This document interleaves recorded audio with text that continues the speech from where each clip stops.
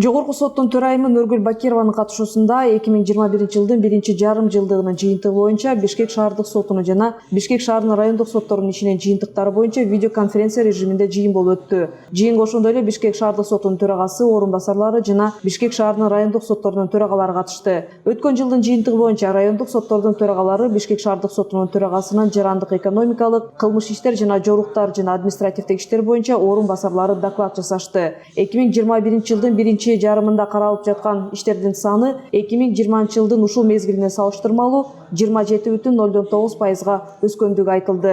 Ошондой эле жолугушуунун жүрүшүндө жергиликтүү соттордун ишин жакшыртуу зарылдыгы, анын ичинде кетирилген каталарды талдоо жана четтетүү, сот адилеттигин жүзөгө ашырууда мыйзамды так сактоо, козголгон иштерди кароодо процессуалдык мөөнөттөрдү сактоо маселелери талкууланды. Жогорку соттун төрайымы Нургүл Бакирова сот адилеттигин жүзөгө ашырууда мыйзамдардын талаптарын, судьянын ар намыс кодексин бекем сактоого, ошондой эле соттук иштерди кароонун сапатын жогорулатуу менен бирге иштерди кароодо процессуалдык мөөнөттөрдү сактоого чакырды. Нургүл Бакирова жалпы сот тармагынын алдындагы милдеттерге токтолуп, эң башкысы сот адилеттигин ишке ашырууда бирдей тажрыйбага жетишүүнү, мамлекеттик органдар менен өз ара бирдиктүү иш алып барууну жана коомчулукта элдин сот тутумуна болгон ишенимин кайтарууда мыйзамдын талаптарын бекем сактоону тапшырды. Видеоконференциянын жыйынтыгында Нургүл Бакирова судьяларга сот системасынын ачык айкындуулугун камсыздоо бүгүнкү күндүн талабы экендигин эскертти.